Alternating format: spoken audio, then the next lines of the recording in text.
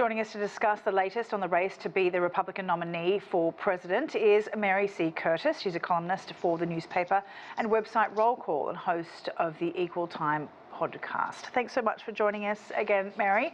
Now, staying in terms of January 6th, Trump is the clear front-runner of the candidates. If Trump wins the 2024 elections, he's promised to pardon the January 6th prisoners. What does that message send in terms of the rule of justice? What environment could it create? Well, it's been amazing. Everybody saw with their eyes what happened, the attacks on police, on law enforcement, folks breaking into the Capitol building, the People's House, to try to overturn the results of a free and fair election. And now, as your reporter said, 3 years later, there are competing narratives. And he is basically saying that the police actually were the bad guys. And he has called the folks who were arrested hostages and patriots. So to answer your question, that would not say a lot for the rule of law. We also see many members of the Republican Party who at the time were condemning Trump and the rioters, who have now totally changed their tune. And we know now that Biden has officially launched his campaign, and he's saying that if you vote for Donald Trump, you're voting for the end of democracy. How do you think that that positions Biden in this, in this year's campaign? Do you think there are any risks in that kind of language? There are. I mean, I think that is a big issue because he's warning that this is someone that polls say could win, who would pardon folks who broke the law and would not abide by the rule of law. But at the same time, people are very focused on issues like the economy, immigration. So I think his campaign is going to have to be a mix of both these kinds of issues and the overriding issue, which he is saying is democracy. Will we have one, or will that go away? We've got the Iowa Republican caucus coming up. I mean, Trump is in a double-digit lead. But is there any opportunity for any other candidate, Haley, DeSantis, to push through, especially if Trump is convicted for some of the 91 charges against him, which, of course, are totally unprecedented? Well, it's fascinating. He's been using these charges actually to help himself, to say, I am a victim.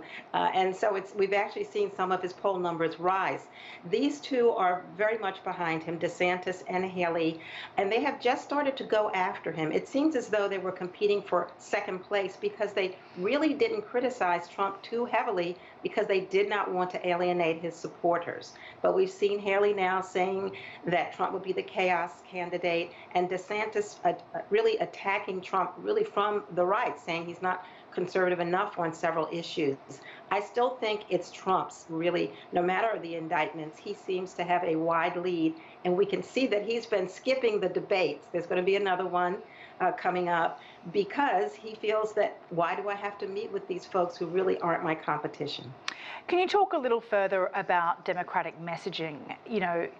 Some view it as a way of alienating working class people and states in particular. It didn't work for Hillary Clinton.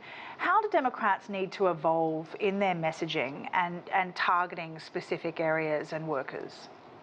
I think a lot of it is just to point out what Biden has done when it comes to the economy, when it comes to pardoning nonviolent marijuana users for young voters, perhaps.